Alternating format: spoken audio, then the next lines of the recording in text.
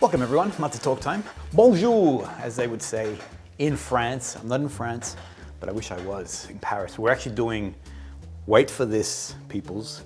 We're currently working on the Paris Boutique the Paris Boutique fragrance adventure that I shot whilst I was in Paris. It's all coming to light. It's pretty exciting. So all going to plan, and right now, with my editors, I say that it's the drums of hell that are beating. So boom, boom, boom, boom, boom, just to make sure that everything sort of goes out. So the Male Fushuni should go out this Friday, and the Paris Boutique Fragrance Adventure will go out this Sunday, and it's pretty cool. It's a lot of fun. I had a dream, and sorry, there was no, I wasn't being disrespectful to Dr. Martin Luther King, awesome speech, but I did have a dream. I actually had an actual dream, and in my dream, I was with another person, and this other person was like a vampire hunter. He had a cloak. You got to hear this. You got to hear this dream. He had a cloak, and he was saying to me that we were like hunting some demons or something, or I don't know what the heck I was eating that night or what I was watching. But anyway, we were hunting some demons or some monsters of some sort. And he said to me, let me give you a decant of a Clive Christian. I promise, hand on my heart, this is a true story. Well, this is a true dream. And I can't remember, because I remember when he started spraying the decant, I'm like, oh yeah, makes sense. And I know, all I remembered, it was a dark bottle. And I'm actually thinking, was it a gold lid or a dark lid? I can't remember, anyway. So it was either blonde amber, and I'm like, it could be blonde amber because yes, that has some cardamom notes. Monsters hate cardamom, but the way it's blended, you know, for us humans, we love it. And it's got the tobacco-y and sort of whiskey notes or boozy notes in there. Or it could be X, and I think maybe it was X because everybody knows that demons hate. I'm gonna spray the air. Man, I don't want to spray on my skin. You know what? I'm spraying on my skin. I just smelt it and I'm like, forget about it. Maybe it was X. So for those who haven't experienced this, I always say that if I could only take a few fragrances on a desert island, Clive Christian X Masculine would be one of them because demons are afraid of them, so I'd be safe. But anyway, so yeah, I had this crazy dream in which I was monster demon hunting with this other person, and they had decanted either one of these two great fragrances. Crazy. See, there's that one scene in Arrival, in the movie Arrival, where I forgot the main character's name, and she says that, you know, have you started dreaming in their language? And so what happens when you start dreaming with perfume and all the rest of it? And I'm sure it's not healthy. Last week, Daniel, congratulations, Drafunden. I think that's how you say it. But anyway, Daniel is the man, awesome man from the Philippines, reached out to me via Instagram, and he mentioned to me that he likes boozy, ambery fragrances. So you would have been very happy.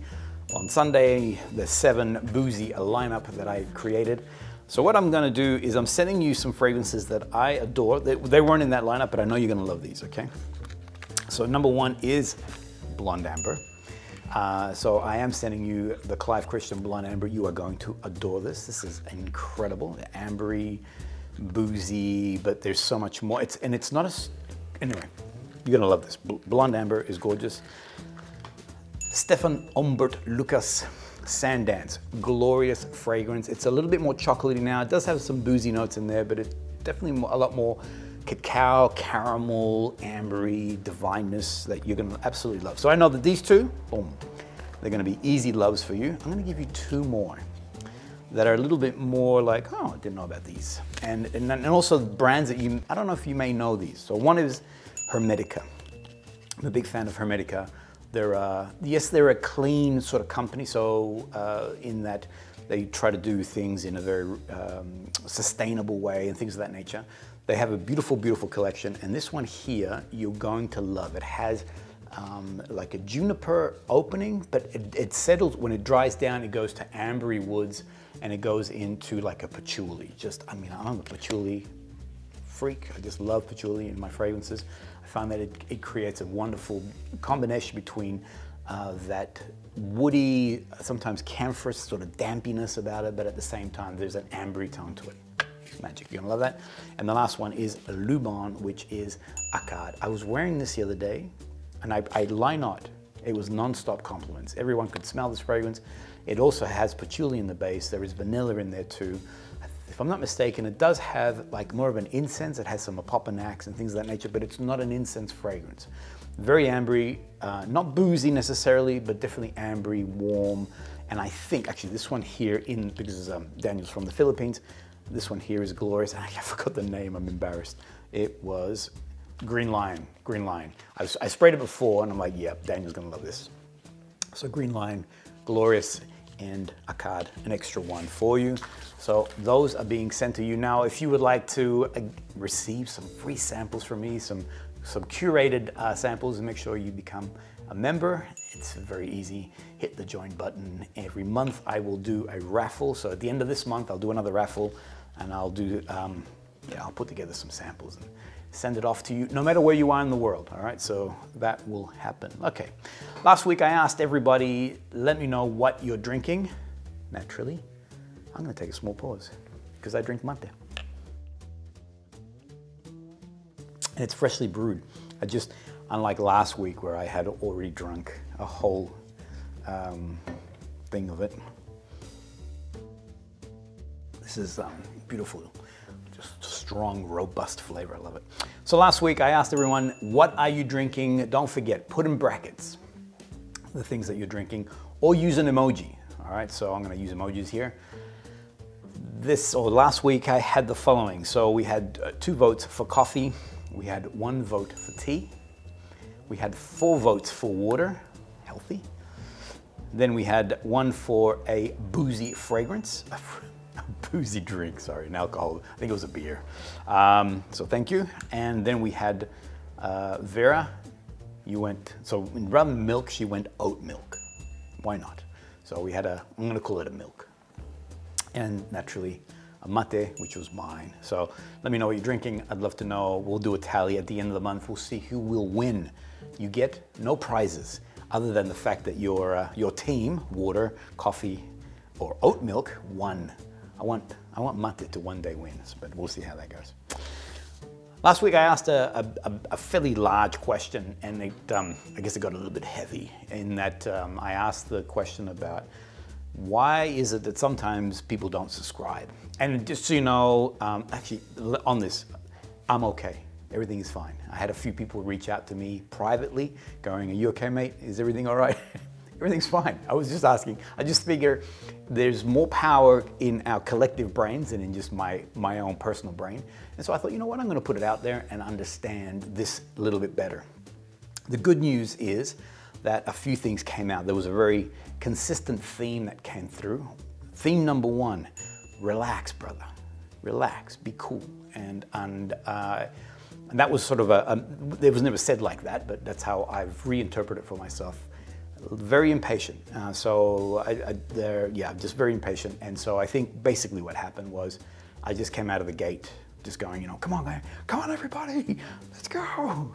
And so just relax, be cool, just keep doing what I'm doing, keep focusing on, on creating beautiful content, staying true to the theme of what we're doing, which is all things niche perfumery, and continue to expand in that area. So, all right, I'll relax, I'll be cool, and I'll stay my course, The other thing that was very consistent throughout everyone's comments, or a lot of people's comments, is there's no harm in doing a shout out. So I will now commence, and I'm gonna try, the one thing that I wanna do is make it really genuine and authentic. I have had a lot of people who sort of mentioned to me that even put that it's a great help to me in the channel, and if you want to learn more about, anyway, blah, blah, blah. I did it this Sunday, and that was my first.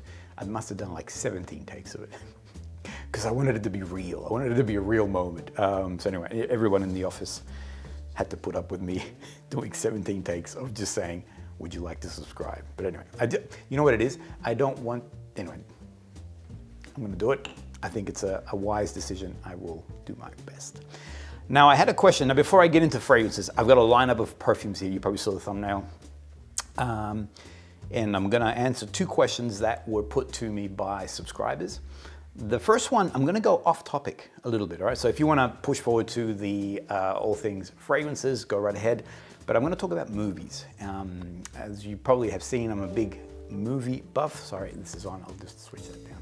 I'm a very big movie buff. I love all things film and have been since I was a kid, and collect a lot of movie posters, all that sort of stuff. Now I had this wonderful person here, Pulp, and there's all these numbers here, but Pulp basically asked me, and he asked me a little while, or he or she asked me a little while back, what are some movies that or what are my favorite films? This is a really hard question. This is probably as equally as hard as saying what's my favorite fragrances.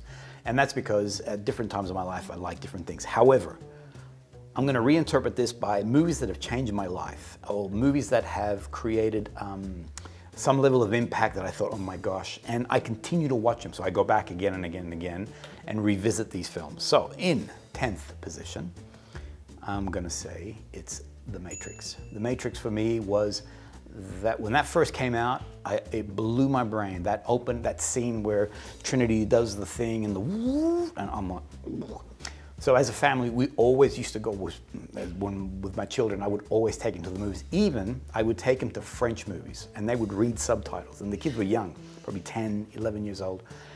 So we've always been big movie fans. Anyway, I remember going to The Matrix, and my son was sitting next to me.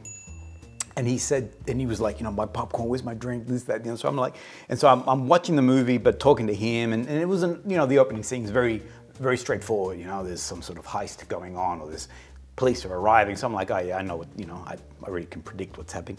All of a sudden, Trinity does the whoop, whoop, and I remember saying to my son, I'm like, I don't want you to speak. If you need to go to the toilet, you're gonna have to pee in a cup because you're not moving from this chair. Lucky there was no one from Child Services there, because, yes, well, but I just remember, and I was blown away by this movie. I'm just like, goodness me. It has aged a little bit, so in revisiting it, it has aged a little bit. Having said that though, it's still very stylistic, incredible movie, and one that, I'm gonna say, of all of them, first one is the best. That's just my thoughts. All right, in number 9 position, another one that sort of changed my life, and I wanted to be a gangster, and that was Goodfellas. When that movie, and what I love about this film is that it starts off with that, I mean, just, you want to become part of the mafia. Not that I don't, I think it would be all but trouble. But actually, the movie does that really well. So it gives you this really sort of 60s, like, this is so cool, look what we're doing, sort of vibe about it. And then as the movie sort of goes deeper, it goes very dark, very dark. So such a beautifully well-constructed film. Long, but had my attention from start to finish. Watched it again recently also, and that has not aged. That is an incredible film. Really, I mean, Martin Scorsese, the man can touch, I mean, everything he touches turns to gold, in my opinion. So Goodfellas is in number 9. Number 8, The Shining. I love this film for its pure, simplistic horror. It's such a, I mean, even the opening scene, it's just a car driving through this valley and all the rest of it, but already there's a sense of dread, you know, and so anyway, Kubrick, star. If you get a chance to see the behind the scenes, have a look at how Kubrick tormented Shelley Duvall, who is the female actress. Tormented her to the point where she's saying in the story, she's going, my hair is falling out, I'm so stressed right now. But she delivers a performance that is, I mean, that's not acting. She was feeling this moment, this fear, and well, Jack Nicholson, he's just insane. So he's brilliant in this role. Brilliant film, love it. I've seen it a million times. Just everything about this film is spectacular. In number 7 position, 2001, A Space Odyssey, another great. I was 18 when I saw this film. And again, another life-changing thing. I just couldn't believe. I remember I saw this film with I was gonna say who, but then that person's gonna watch this and get offended. But I saw it with another person, and they're like, "This is so boring." I was like glued. I'm like, I could not believe. I saw it again recently. I saw it with my son, the same son who I said, "Don't move," you know. And he was like, "I can't believe how incredible this film is." And it is. It's such a. You need to see it on a big screen. Don't watch it on something small, like if you're gonna watch it on your iPhone. I mean, don't do that. If you can see it on a big screen, it is just. It's incredible. It's just an incredible film. And what I love about it is that it asks the question, who are we and who are we in the universe? It doesn't answer it, which I love. I think it's, anyway, so beautiful, well-constructed film too, glorious. Number 6, The Godfather. That changed the genre, created the whole gangster scene and all the rest of it. And again, if you love The Godfather, there's a great TV show called, or TV series called The Offer. Watch that. That's incredible. Shows the behind the scenes. Really, really impressive. But The Godfather, you know what I mean. All right, in 5th position, bringing it down, When Harry Met Sally. Now, I know that this is like, what? This is like a fluff film. Not a fluff film. This is the start of rom-com. This is such a well-written, very clever, beautifully executed, hasn't aged. You can watch it again now. It's a real story about men and women and relationships. I'm frustrated by modern day rom-coms because, and I actually talk to the screen. My family tell me to shut up, but I actually say that doesn't happen in real life. You know, as something's happening and the girl's going bumbling around or whatever it may be. I'm like, that doesn't happen in real life. I mean, what reality is this actually happening in? Whereas when Harry Met Sally, that happens in real life. This is actually, this could play out. This could play out. And again, watch it, hasn't aged. The 2 stars are charismatic, the chemistry between them. It's just really, really well written, beautifully executed, just a fantastic film. And then it's all about New York. It's just that, I don't know, there's a New York vibe about it. In number 4, everybody is gonna argue with me because they're like, I've never heard of this film, and it's Frantic. It's by Roman Polanski. I don't know why. I just love this film. I mean, sometimes we have a soft spot for things. It's irrational. You think to yourself, that's not really, why is that in there? But I love Frantic. I love Harrison Ford. I love his character, the way he evolves. He becomes from a very, I guess, common man. He's a doctor, and his wife is doing everything for him. And I'm not gonna, there's no spoiler here. So, and then all of a sudden you see him slowly evolving and developing and changing. So as a character development piece, it's incredible, it's amazing. Sometimes I get frustrated with movies where they go from a person who is insecure and unstable, like for those, I mean, Steven Soderbergh's Kimi, the recent one that came out, that was painful to watch. You know, that was this person, the character went from being, you know, socially awkward and agoraphobic to all of a sudden being a gangster and able to, I had a hard time with that film. Whereas Frantic, it's this beautiful slow boil into, you know, Harrison Ford's character, into, you know, becoming who he is. I don't want to spoil it, watch it, it's a great film. And then in that film, it's Paris. And Paris, not that it's a character, but Paris has a part to play in that film. And I think that's what I love about it too. I love Paris, and I loved seeing Harrison Ford. I also loved Roman Polanski's wife at the time, or it's still a wife, Emmanuel, I think her name is. Anyway, she's great in it, she's fantastic. In number 3 position is Paper Moon. And this is one that, again, people go, never heard of it. Tonto O'Neill, who was the daughter of Ryan O'Neill in this film, they played, in the movie it's ambiguous whether they're father and daughter. In real life they were. She is glorious. And you know, I think what I love about this film is the fact that this father-son relationship, a father-daughter relationship. And you know, for those who have seen Maddie and I, we have a beautiful relationship, and I love seeing this interplay on screen, and also recognize that in real life there would have, you know, there's this connection between father and daughter. Anyway, great film, set in the 30s Depression, Midwest USA, and it's bittersweet in the way it delivers this. It's a glorious film. They could have shot it in color, but they shot it in black and white just to capture that moment in time, which was that Great Depression during that era. Great film, watch that, you'll love it.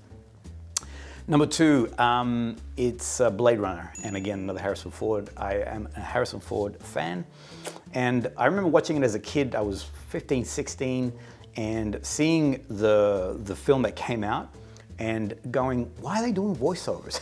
And why are they doing the film noir sort of thing? I mean, I was always into film, as I said, and so I was up to speed as to, you know, Double Indemnity and all these sort of films with that film noir sort of aspect to them. And I'm thinking, why are they doing this kind of, you know, it felt a bit sticky. So found out later that there was all this drama with the studios and blah blah blah. So you need to watch the director's cut. That's when Ridley Scott's real vision comes to life, and your brain will be just like, bah, if you've never seen it, that closing scene, I won't say with what, but that just like, oh my gosh. Anyway, Blade Runner, the director's cut is in second position, and number one, another Harrison Ford, Raiders of the Lost Ark. That changed my life as a 14, 15-year-old, whatever it was. I must have seen it like that weekend. I went to the movies like 7 times to see it back to back because I could not believe how incredible this film was. It hasn't aged, in my opinion. I watch it again. It was meant to be in this sort of old school series, you know, a little bit shticky or schlock, but Harrison's character, just everything about this just came together. And I'm not calling it Indiana Jones and the Raiders of the Lost Ark. That is the wrong title. It's just Raiders of the Lost Ark. It's the one and only. And actually, I was meant to have, I've actually got the original day bill. I've got the poster of that. Yeah, so that gives you an idea how long I've been collecting stuff for. Boom, that's my, if you want to know, actually, in doing this was hard, I have to tell you, but I had so much fun bringing it together. So if you're interested, I can do another lineup on films I mean, I wanted to put in some European films in there, some French films that I love, but yeah, anyway. And now we'll move on. So I had this other, another subscriber, Dave, from the US. Dave is awesome. He's been he's wonderful, always puts in great comments, and I appreciate your support, Dave. Thank you so much. He asked me the question that even though the US or the Northern Hemisphere is still sort of leaving spring, going into summer, he loves bright spring, green, fresh, vibrant fragrances. So in answer to that, I have got a lineup of some awesome fragrances that fit that bill. Now, Dave mentioned that he would like something that's green and vibrant. So what I've done is almost like a gradient, all right? So I'm gonna start here and then I'm gonna move through to the ultimate in greenness. But first, mate. Excuse me, I'm talking like super fast. Take a pause also, enjoy. All right, let me begin. So the first, I'm gonna put 2 side by side. You can, either one of these, they're slightly different, but the theme is the same, and that is Neroli. And Neroli done in a very vibrant, fresh, green kind of way.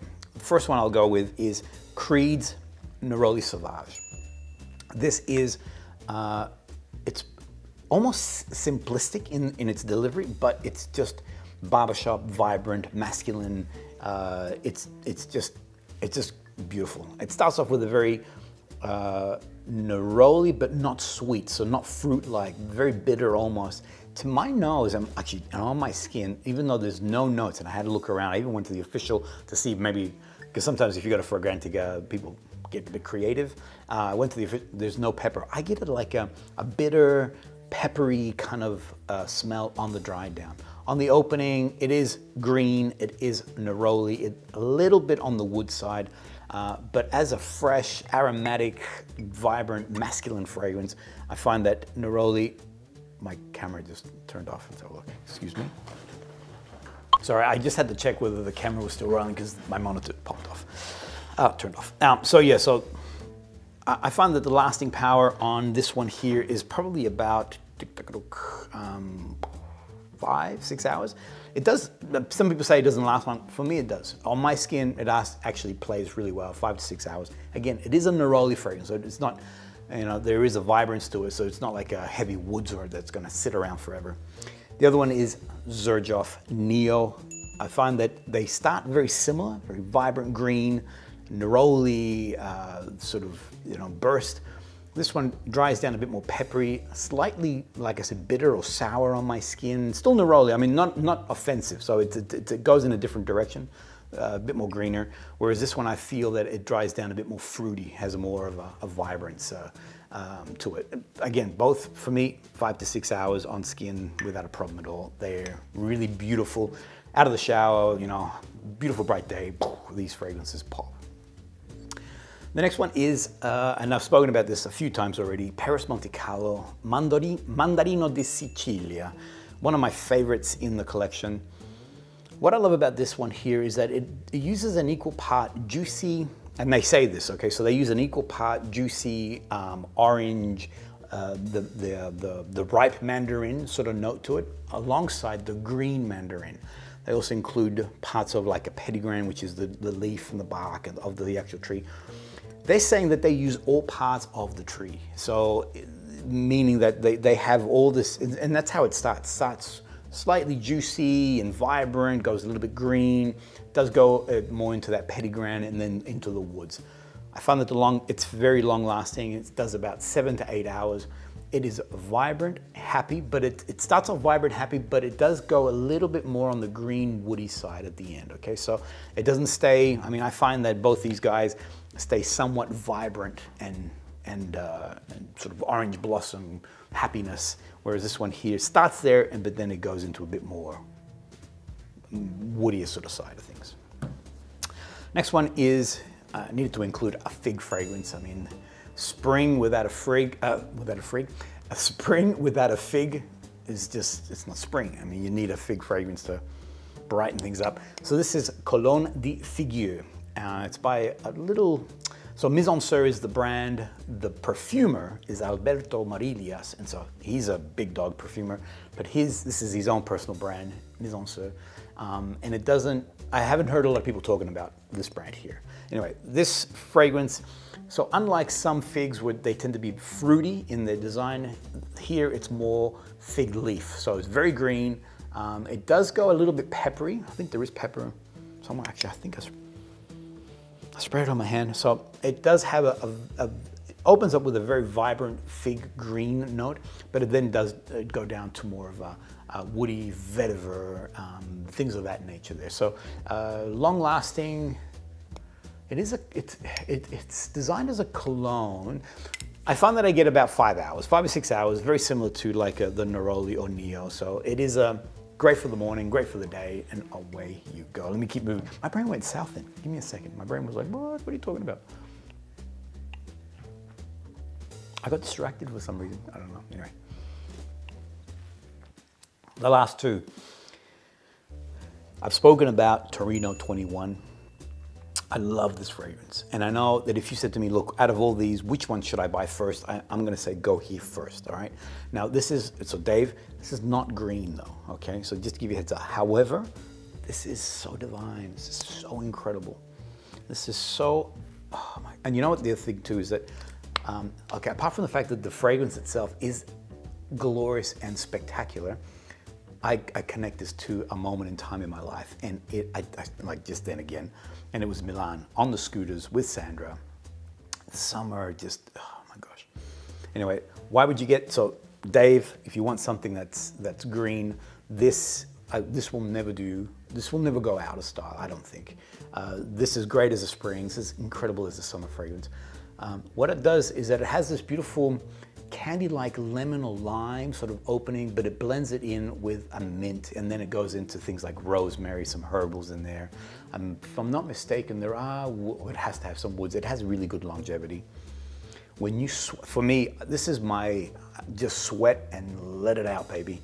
And then it mixes in with me. It's vibrant, it's alive, it's happiness. It's just, and anyway, Torino 21. I mean, I've spoken about it before. I really, really, really love that one, and I'd strongly recommend it. The most green fragrance. Yeah, for some weird reason, my camera decided to stop. Go figure. Anyway, in closing, VICTRIX. This is the last one. Dave, this is the most green of green. So if you really want a vibrant green fragrance, then I would recommend to you Profumo Roma from Rome. And it is their super green, just vibrant fragrance. It uses on the opening bay leaf. It also has things like vetiver and pepper, or pink pepper. It's gorgeous, gorgeous. It's very masculine. So I don't know, I mean, if there are any ladies out there who have VICTRIX, I'd love to hear from you guys. I find that in smelling this, it puts hairs on my chest instantly. It does have, what I love, some people have compared this to cut grass, so that just very alive, very green, very sort of, there's a word for it, but you know what I mean. Just alive, fragrant. You smell cut grass. It makes what for me? It makes me think of spring or summer. Being outdoors. VICTRIX. That's all of that.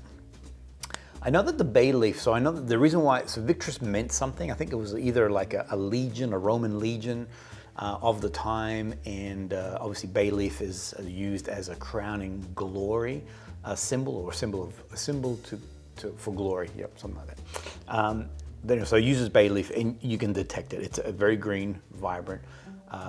It's not woody at all. Anyway, you need to experience it. Glorious. Perfume Roma. I strongly recommend. And there you have it, 5 fragrances that will be just glorious for spring. Some of them are just magical for summer. I go back, Torino 21. It's just something that needs to be experienced and owned. I don't recommend you blind buy, test it, but it is just beautiful, just gorgeous. There you have it. Hope you enjoyed that. Let me know your thoughts when it comes to all things that you'd like me to cover. Actually, I covered quite a bit today from different subscribers, which I'm actually quite excited about. Yeah, let me know your thoughts. And I loop back on what I said at the early on. Thank you. A sense of community was very prevalent for me as people wrote in and shared their thoughts with the question that I asked last year. So once again, everyone who took the time to write in, for those who actually reached out to me personally, thank you, a million thank yous. Grazie mille, as the Italians would say. We'll see you guys all on the next Maté Talk.